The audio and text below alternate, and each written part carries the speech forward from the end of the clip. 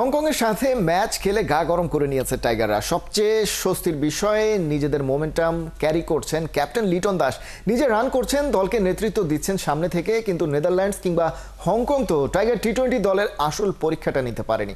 এমনকি নেক্সট ম্যাচে শ্রীলঙ্কার বিপক্ষে বাংলাদেশি ফেভারিট। এখন প্রশ্ন হলো, তুলনামূলক দুর্বল কিংবা আউট অফ ফর্ম দলগুলোর সাথে মূল পরীক্ষা দেওয়ার আগে নিজেদের ঝালিয়ে নেওয়ার সুযোগ যে পাচ্ছে টাইগাররা, তাতে লাভ হচ্ছে নাকি ক্ষতি? হংকং নেদারল্যান্ডসকে হারিয়ে ফেক কনফিডেন্স বিল্ড আপ হচ্ছে কি, নাকি দলের শক্তি আর দুর্বলতার জায়গাগুলো আগেই বুঝে নিতে পারছে লিটন তাওহিদ হৃদয়রা? এশিয়া কাপে কোন ইকুয়েশনে বাংলাদেশকে এগোতে হবে? বড় ব্যবধানে জয় সামনের সমীকরণে কিভাবে কাজে আসবে টাইগারদের? এসব বিষয় নিয়েই আজকের খেলাযোগে আলোচনা করব। আমাদের সাথে রয়েছেন ক্রীড়া বিশ্লেষক দেব চৌধুরী। দেব চৌধুরী, স্বাগত আপনাকে খেলাযোগে। সেই সাথে শুভ সকাল। তাওহিদ হৃদয়ের কথা বলা হচ্ছিল, তার রান রেট, ব্যাটিংয়ের স্ট্রাইক রেটটা একেবারেই টি-20 সুলভ ছিল না, সেটা নিয়ে একটা আলোচনা হচ্ছিল। আবার একই সাথে দলের বেশ কজন ব্যাটসম্যানও আসলে 100-এর নিচে স্ট্রাইক রেটে ব্যাট করেছেন, যদিও ম্যাচটা বেশ বড় ব্যবধানে জিতেছে হংকংয়ের এগেনস্টে বাংলাদেশ। আলটিমেটলি বিষয়টা কি ছিল? বাংলাদেশ বুঝে শুনে কোনো ধরনের রিস্ক না নিয়ে খেলতে চেয়েছে, এই কারণেই কি এরকম কিছু, নাকি চাইলেই আর একটু অ্যাটাকিং হওয়া যেত? শেষের প্রশ্নের উত্তরটা আগে দিচ্ছি। চাইলেই আরেকটু অ্যাটাকিং হওয়া যেত, তবে সেটা অবশ্যই প্রথম 10 ওভারের মধ্যে না। বাংলাদেশ 12 ওভারে 100 করেছে, এবং এই ম্যাচটা যদি বাংলাদেশ 16 ওভারের মধ্যে জিততে পারতো, তাহলে আমার মনে হয় যে কেউ আসলে খুব বেশি কথা বলতো না। 12 ওভারে 100 করেছেন, পরে 4 ওভারে 44-43 যা বাকি ছিল সেটা আপনি করে ফেললেন। সমস্যাটা হচ্ছে যে আপনি শেষ 6 রান করার জন্য যখন 10 বল খেলবেন, উইকেটে লিটনের মতো সেট ব্যাটসম্যান আছেন, তখন আসলে প্রশ্নটা উঠবে।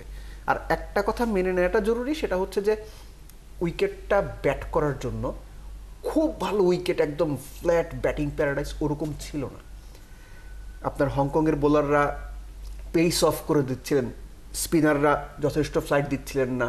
উইকেট থেকে বল যে ব্যাটে যাচ্ছিল, সেটা যে খুব ভালো একদম ব্যাটসম্যানদের জন্য আইডিয়াল পেসে যাচ্ছিল, এরকম কিন্তু ছিল না।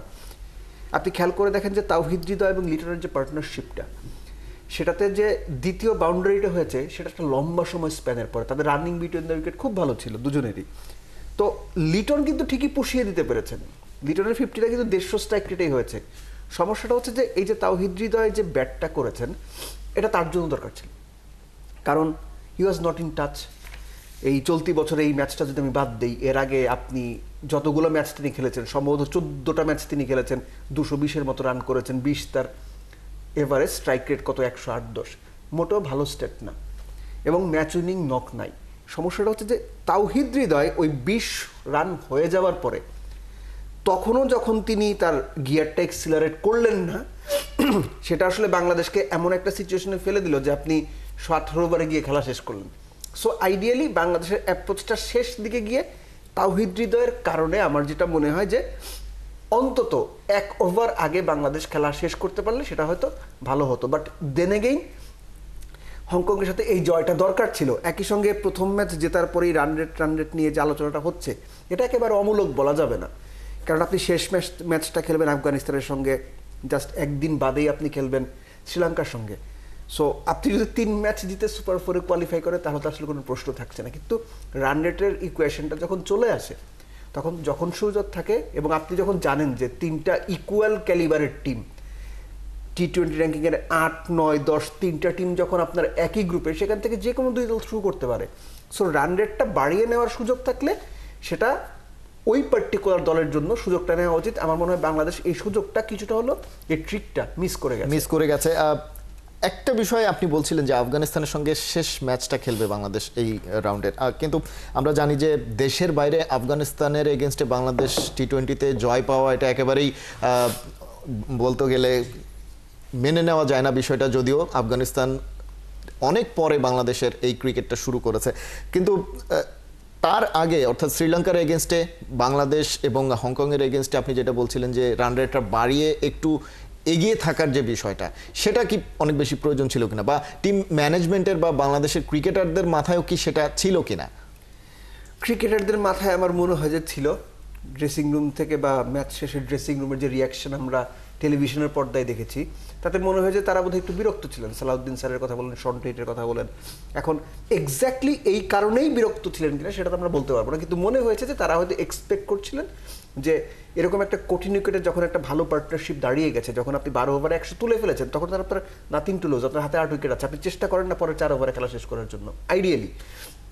আর আরেকটা বিষয় হচ্ছে যে শ্রীলঙ্কার সঙ্গে আপনি যে অ্যাপ্রোচে যাবেন, আপনি আফগানিস্তানের কিংবা ধরেন যে হংকংয়ের সাথে কিন্তু সেই অ্যাপ্রোচে যাবেন না। অপোনেন্ট ভিন্ন, ট্যাকটিক্স ভিন্ন, এবং শ্রীলঙ্কা ম্যাচটা এই মুহূর্তে বাংলাদেশের জন্য জাস্ট এই টুর্নামেন্ট না, সব কিছু মিলেই খুবই গুরুত্বপূর্ণ। দেখেন বাংলাদেশ কিন্তু হংকংয়ের এগেনস্টেও উইকেট যেমনই থাকুক, বাংলাদেশ কিন্তু ব্যাটিংটা করতে চায় নাই যে ভাই হংকংকে আমরা আটকাই দিতে পারবো। বাংলাদেশ নিশ্চিত ছিল যে বাংলাদেশের বোলিং লাইন আপতে হংকংকে 150 রানের মধ্যে আটকায় দেওয়া সম্ভব, সেটা বাংলাদেশ করেছে। সো ওই স্ট্র্যাটেজিটা ছিল কিনা যে হংকংকে 150-তে আটকাতে পারলে আমরা 150 রান কত ওভারে চেস করবো। যদি 16 ওভারে করতে পারি দ্যাট উইল বি আইডিয়াল, 17 ওভারে করতে পারলে নট ব্যাড, 18 ওভারে করতে গেলে দ্যাট ইজ নট কারেক্ট।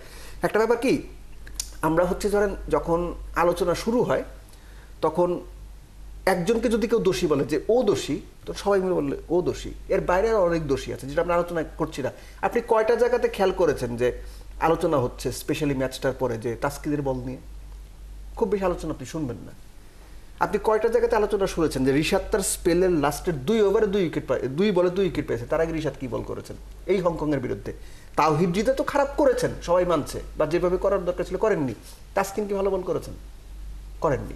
বাংলাদেশের এই যে তানজিম সাকিব একটা উইকেট তুললেন মিডল ওভারে, তাসকিন, মুস্তাফিজ, মাহেদি, রিশাদ 4 জনে মিলে মিডল ওভারে কোনো উইকেট তুলতে পারছে? পারে না, এটা নিয়ে কোনো আলোচনা নাই।